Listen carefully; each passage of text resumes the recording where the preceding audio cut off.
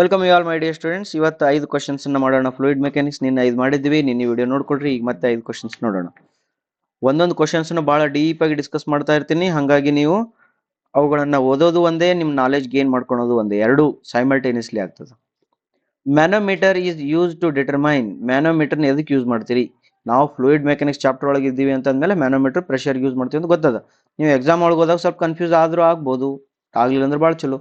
Manometer ಎದಕ್ಕೆ use ಮಾಡ್ತೀವಪ್ಪ ಅಂದ್ರೆ ಪ್ರೆಷರ್ ಡಿಫರೆನ್ಸ್ ಮೆಜರ್ ಮಾಡಾಕ, pressure difference in the pipe ಅಥವಾ 2 ಪಾಯಿಂಟ್ಸ್ ಒಳಗೆ ಮೆಜರ್ ಮಾಡಾಕ ಮ್ಯಾನೋಮೀಟರ್ ಯೂಸ್ ಮಾಡ್ತೀವಿ. ಇವು ಆಪ್ಷನ್ಸ್ ಕೊಟ್ಟ ನೋಡು. Water content and voids ratio ಸಂಬಂಧ ಇಲ್ಲ, ಸೂತ್ರ ಇಲ್ಲ. Specific gravity and dry density ಸಂಬಂಧ ಇಲ್ಲ, ಸೂತ್ರ ಇಲ್ಲ. ವಾಟರ್ ಕಂಟೆಂಟ್ ಸ್ಪೆಸಿಫಿಕ್ ಗ್ರಾವಿಟಿ ಸಂಬಂಧ ಇಲ್ಲ, ಸೂತ್ರ ಇಲ್ಲ. Therefore none of the above is the right answer. Water content voids ratio ಕಂಡಿಡಿಯಾಕ ಯಾವ ಮೀಟರ್ ಯೂಸ್ ಮಾಡ್ತೀರಿ? ಏನು ಇಲ್ಲ, ಓವನ್ ಯೂಸ್ ಮಾಡ್ತೀವಿ. ವೈಡ್ಸ್ ರೇಷಿಯೋಕ್ಕ ಫಾರ್ಮುಲಾ ಯೂಸ್ ಮಾಡ್ತೀವಿ. ಭಾಳ ಅಂದ್ರೆ core cutter, sand replacement method ಅವು ಯೂಸ್ ಮಾಡ್ತೀವಿ. ಟೋಟಲ್ ಜಿಯೋ ಟೆಕ್ನಿಕಲ್ ಆಪ್ಷನ್ಸ್ ಕೊಟ್ಟ ನೀವು ಸ್ಪೆಸಿಫಿಕ್ ಗ್ರಾವಿಟಿ ಅವೆಲ್ಲ ಬಿಟ್ಬಿಟ್ರಿ.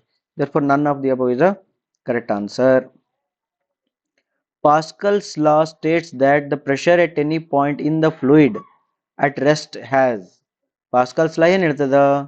Pascal's law ಏನು ಹೇಳ್ತದ ಅಂದ್ರೆ pressure in all direction at a particular point in a static fluid is same. ಏನೇನು ಪಾಯಿಂಟ್ಸ್ ವೆರಿ ಇಂಪಾರ್ಟೆಂಟ್ ನೆನ್ಪಿಟ್ಕೊಡ್ರಿ. ಸ್ಟ್ಯಾಟಿಕ್ ಫ್ಲೂಯಿಡ್ ಅನ್ನೋದು ಗೊತ್ತಿರ್ಬೇಕು. ಪಾಸ್ಕಲ್ಸ್ ಲಾ ಕೇವಲ ಸ್ಟ್ಯಾಟಿಕ್ ಫ್ಲೂಯಿಡ್ಗೆ ಅಪ್ಲಿಕೇಶನ್ ಆಗ್ತದ. ಎರಡನೇದ್ದು pressure in all direction. Pressure in all direction same ಇರ್ಬೇಕು, ಈಕ್ವಲ್ ಮ್ಯಾಗ್ನಿಟ್ಯೂಡ್ ಇರ್ಬೇಕು, ಅದು ಪಾಸ್ಕಲ್ಸ್ ಲಾ. ಹಾಗಾದ್ರೆ difference to magnitude in all direction ಅಂತ ತಪ್ಪಾಯ್ತಾ? Same magnitude in all direction correct ಆಯ್ತಾ? Zero magnitude in all direction ತಪ್ಪಾಯ್ತಾ? ನನ್ ಆಫ್ ದಿ ಅಬೌವ್ ತಪ್ಪಾಯ್ತು. Therefore this is the correct answer. ನಾ ಏನ್ ಮಾಡ್ತೀನಿ ಸ್ವಲ್ಪ ಯೋಚನೆ ಮಾಡ್ರಿ. ಈಗ ಪ್ರತಿ ಕ್ವಶನ್ ಸಾಲ್ವ್ ಮಾಡ್ಬೇಕಾದ್ರ ಪಾಸ್ಕಲ್ಸ್ ಲಾ ಸ್ಟೇಟ್ಸ್ ದಟ್ ಅಂತ ಓದಿದ ತಕ್ಷಣ ಆಪ್ಷನ್ಸ್ ನೋಡಂಗಿಲ್ಲ. ನಾ ಆಪ್ಷನ್ಸ್ ನೋಡಂಗಿಲ್ಲ, ಡೈರೆಕ್ಟ್ ಏನ್ ಮಾಡ್ತೀನಿ, ಆ ಪಾಸ್ಕಲ್ಸ್ ಲಾ ಅಂದ್ರೆ ಏನಂತ ಒಂದ್ ಕಡೆ ಬರ್ಕೊಳ್ತೀನಿ. ಬರ್ಕೊಂಡು ನನಗೆ ಗೊತ್ತಿರ್ತಕ್ಕಂಥ ಇನ್ಫಾರ್ಮೇಶನ್ ಎಲ್ಲವನ್ನು ಇವ್ಯಾಲ್ಯೂಟ್ ಮಾಡ್ತೀನಿ, ಆಮೇಲೆ ಆಪ್ಷನ್ಸ್ ಓದ್ತೀನಿ. That is the right way of studying. Next, the property of a fluid which determines its resistance to shearing stress is called. Okay, property of the fluid, ಒಂದು fluid property determines the resistance to the shearing resistance, shearing stress. Shearing stress ಯಾವಾಗ ಬರ್ತದ? Layer layer layer layer ಇದ್ದಾಗ ಅವಾಗ shearing stress ಬರ್ತದ. Okay, ಇವು ಎರಡು ನಡಬರ್ಕ shearing stress ಇದೆ, ಇದು ರೆಸಿಸ್ಟೆನ್ಸ್ ಆಫರ್ ಮಾಡಕತ್ತೈತೆ ಅಂದ್ರ ಅದು ಫ್ಲೂಯಿಡ್ ಆಗಿರ್ಬೇಕು. ಫ್ಲೂಯಿಡ್ ಅಲ್ಲಿ ಇದ್ವಿ ಅಂತಂದ್ರ ಅದೇನಾಗ್ತದ? ವಿಸ್ಕಾಸಿಟಿ ಆಗ್ತದ. ಅಡೇಷನ್ ಅಲ್ಲ, ಇದು attraction between the two different particles. Surface tension ಅಲ್ಲ, ಇದು ಸರ್ಫೇಸ್ ಅಲ್ಲಿ ಇರ್ತಕ್ಕಂಥ particles tendency to move upward. None of the above ತೆಗೆದಾಕು. Viscosity is the right answer. Okay, ಅಕಸ್ಮಾತ್ ಆಗಿ ಇದೇ ಸೇಮ್ ಕ್ವಶನ್ ನೋಡ್ರಿಪ್ಪ ಮಕ್ಕಳೇ, ಇದೇ same question the property which determines the resistance to the shearing stress is called. ಇಲ್ಲಿ fluid ಅನ್ನೋದು ಬರೆಯೋದು ಬಿಟ್ಟು ಖಾಲಿ ಬಿಟ್ಟಿದ್ದ, ಇಷ್ಟ ಬರ್ದಿದ್ದ ಅಂದ್ರ ನಿಮ್ಗ ಆನ್ಸರ್ ಭಾಳ ಆಗ್ತಾವ.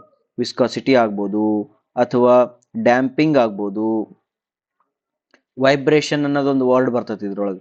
ನೆಕ್ಸ್ಟ್, ಅಥವಾ ಅದು friction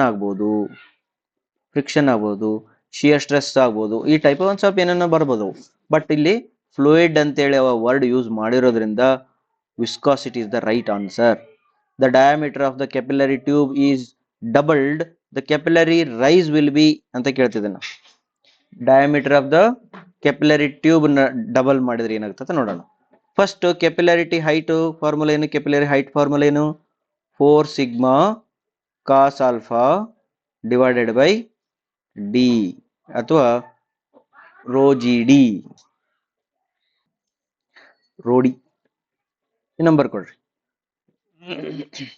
okay, what is the capillary rise formula? Capillary rise formula ಏನೈತಿ? 4 sigma cos alpha divided by rho g D. Correct ಐತಿ. That is your rho g D, ಅಥವಾ ಇದನ್ನ ಗಾಮಾ ಡಿ ಅಂತಾನು ಕರೀತಾರೆ. ಇದು ಫಾರ್ಮುಲಾಪ್ಪ. ಅವ ಏನ್ ಕೇಳ ನೋಡು, ಇದನ್ನ ಡಬಲ್ ಮಾಡಿದ್ರಂತ ಏನದು? ಟ್ಯೂಬ್ ಅನ್ನು ಡಬಲ್ ಮಾಡಿದ್ರೆ ಏನಾಗುತ್ತಾ ಅಂತ ಕೇಳ. ಹಂಗಾರೆ ಉಳಿದೆಲ್ಲ ಕಾನ್ಸ್ಟೆಂಟ್ ಇಡಬೇಕು. If the diameter of the capillary tube diameter ನ ಡಬಲ್ ಮಾಡಿದ್ರೆ the capillary rise will be. ಹಂಗಾರೆ ಕೆಪಿಲರಿ ರೈಸ್ ಏನಾಗ್ತದೆ ನೋಡೋಣ. ಓಕೆ, ಈಗ ಇದನ್ನ ಇಕ್ವೇಶನ್ 1 ಅಂತ ತಿಳ್ಕೊ. ಎರಡನೇ ಈಕ್ವೇಶನ್ ಏನ್ ಮಾಡು ಗೊತ್ತಾ, Hc2 ಏನ್ ಮಾಡಂದ್ರ ಇದನ್ನ 4 ಹಂಗೆ ಇಟ್ಕೋ, ಸಿಗ್ಮಾ ಹಂಗೆ ಇಟ್ಕೋ, ಕಾಸ್ ಆಲ್ಫಾನು ಹಂಗೆ ಇಟ್ಕೋ, ರೋ ಹಂಗೆ ಇಟ್ಕೋ, ಜಿ ಹಂಗೆ ಇಟ್ಕೋ. ಇದನ್ನೇನ್ ಮಾಡಿದ್ನ 2D ಮಾಡು. ಡಯಾಮೀಟರ್ ಏನ್ ಮಾಡಿದ್ನ ಈಗ ಡಬಲ್ ಮಾಡಿದೆ. ಹಂಗಾರೆ ಇವೆರಡರದ್ದು ರೇಷಿಯೋ ತಗೋ.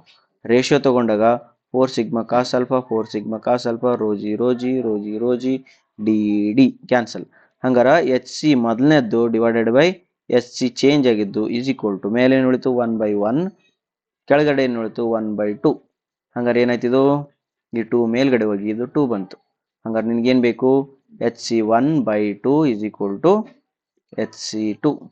therefore ಸೆಕೆಂಡ್ ಟೈಮ್ ಏನು Hc2 ಐತಿಲ್ಲ ಅದು ಫಸ್ಟ್ ಟೈಮ್ಗಿಂತ ಹಾಫ್ ಆಯ್ತು. therefore ಹಾಫ್ ಆಯ್ತು ಅಂತ ನೀವು ಹೇಳ್ಬೋದು. ಇದು ಹಾಫ್. ಅಂಡರ್ಸ್ಟುಡಾ? ಓಕೆ, ಇದನ್ನ ನೀವು ಡೈರೆಕ್ಟ್ ಹೇಳ್ಬೋದಿತ್ತಲ್ಲ ಸರ್, ಇಷ್ಟ್ಯಾಕೆ ಕಷ್ಟಪಟ್ರಿ ಅಂತಂದ್ರೆ ಹೇಳ್ಬೋದಿತ್ತು ಡೈರೆಕ್ಟ್ ಆಗಿ. ಏನಂತ, ಇದು ಇನ್ವರ್ಸ್ಲಿ ಪ್ರಪೋರ್ಷನಲ್ ಐತಾ, ಎರಡು ಇನ್ವರ್ಸ್ಲಿ ಪ್ರಪೋರ್ಷನಲ್ ಐತಿ. ಹಂಗಾರೆ ಇದು ಡಬಲ್ ಆಯ್ತು ಅಂದ್ರೆ ಇದು ಹಾಫ್ ಆಗುತ್ತ ಅಷ್ಟೇ. ಹಂಗೂ ಹೇಳ್ಬೋದು. ಓಕೆನಾ?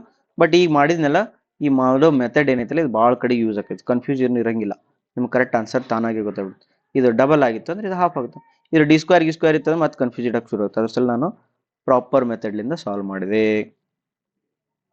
Okay, then the magnitude of the buoyant force can be determined by buoyant force ಅಂತ ಹೇಳ್ತಿದ್ದಾರೆ ಅವರು. buoyant force ಅಂದ್ರೆ ಏನು?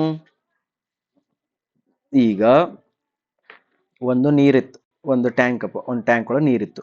ಈ ನೀರೊಳಗಡೆ ಒಂದು ಬಾಕ್ಸ್ ಇಟ್ಟು ವುಡ್ ಅಂತ ತಿಳ್ಕೊಡ್ರಿ. ಈ ವುಡ್ ಅನ್ನ ಹಿಂಗ ಅದ್ರೊಳಗಡೆ ನೀನು ಒತ್ತುತ್ತಿದ್ದಿ. ಈ ಒತ್ತುತ್ತಿರ್ಬೇಕಾದ್ರೆ ವುಡ್ ಸೀದಾ ಒಳಗೆ ಹೋಗಂಗಿಲ್ಲ. ಅದಕ್ಕೆ ಏನಾಗ್ತದೆ ರೆಸಿಸ್ಟೆನ್ಸ್ ಬರ್ತದ. ಅದು ರೆಸಿಸ್ಟೆನ್ಸ್ ಬರ್ತದೆ. ನೀನ್ ಏನಾದ್ರು ಒತ್ತದ್ ಬಿಟ್ಟೆ ಅಂದ್ರೆ ಡುಬಗ್ ಅಂತ ಮೇಲೆ ಬಂದು ಕುಂದಿರ್ತದ ಹಿಂಗ, ಅರ್ಧತಾ? ಅಥವಾ ಬಲೂನ್ ಏನಾದ್ರು ಬಿಟ್ಟೆ ಅಂದ್ರೆ ಬಲೂನ್ ಒತ್ತಬೇಕು ನೀ ಭಾಳ ಫೋರ್ಸ್ ಫುಲ್ಲಿ. ಯಾಕಂದ್ರೆ ನೀರನ್ನು ಕೂಡ ವಾಪಸ್ ಒತ್ತಕತ್ತದ. ಬಿಟ್ಟಿ ಅಂದ್ರೆ ಮೇಲೆ ಬಂದು ಕುಂದಿರ್ತದ. ಅದೇ ನೀ ಕಟ್ಟಿಗೆ ಕಲ್ಲು ಅಥವಾ ಕಬ್ಬಣವನ್ನು ಬಿಟ್ಟಿ ಅಂತಂದ್ರೆ ಕಬ್ಬಣ ಏನೋ ಒಳಗಡೆ ಹೋಗ್ತದ, ಬಟ್ ಆ ಕಬ್ಬಣ ಹಗುರಾಗಿ ಹೋಗ್ತದ. ಎಷ್ಟು ವಜ್ಜ ಇತ್ತಲ್ಲ ಹೊರಗಿದ್ದಾಗ, ಒಳಗೋದಾಗ ಏನಾಗ್ತದೆ ಹಗುರ ಆಗ್ತದ ಅದು. ಬಿಕಾಸ್ ಅದಕ್ಕೊಂದು ಅಪೋಸಿಷನ್ ಫೋರ್ಸ್ ಇರ್ತದ. ಇದಕ್ಕ ಬಯಾಂಟ್ ಫೋರ್ಸ್ ಅಂತ ಕರಿತಾರ. ಇನ್ ಯಾರು ಕಂಡಿಡಿದ್ರು ಅಂತ ಅವ್ರು ಕೇಳಕತ್ತಾರ.